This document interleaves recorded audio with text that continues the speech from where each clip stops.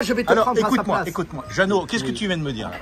Ben, je viens de dire tout simplement que la place où tu es assis, c'était la place de Jimi Hendrix quand il est venu prendre quelques bières ici sur ma terrasse lors de son passage à Essaouira. C'est pas vrai. Et avec qui à côté avec mon frère qui était à côté de lui ici. Et de l'autre côté, il y avait Janis Joplin parce qu'elle se trouvait dans les environs à ce moment-là quand il est passé. Et ça, c'était dans les années... Ben, lors de son passage, c'était en 1969 ou 70, je crois. 69, je pense. 69, tout à fait. Et tu t'en souviens? Bah écoute, c'est moi qui servais la bière sur la terrasse. Mon père était à la caisse, mon frère était vraiment dévergondé à fond la caisse parce qu'il avait fait sa période de trip mouvement hippie comme on l'appelle, avec les chilums, les joints, les trucs et tout ça. Et la première des connaissances qu'il avait faites, c'est quand il a su que Jimi Hendrix venait à l'Hôtel des Îles, effectivement où il a résidé, mais simplement une journée.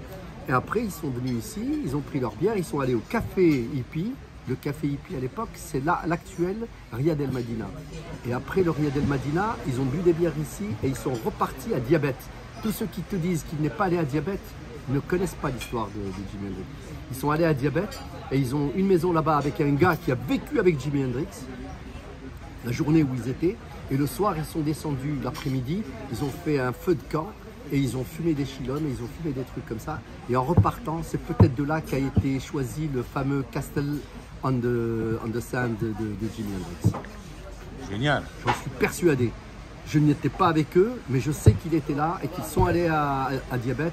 Et de là est partie cette idée de fameux le château sur le sable.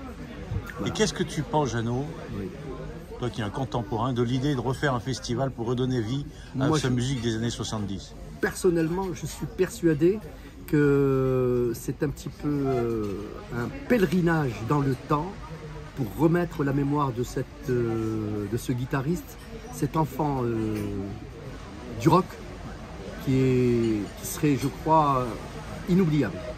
Voilà, tout simplement. On va s'en occuper et on va le faire, ce festival. Écoute, on se serre la paluche comme on dit. Là, regarde, c'est les deux mains du cœur. Hein. On parle même pas avec la droite, c'est les deux mains gauches, les mains du cœur comme on dit. Voilà.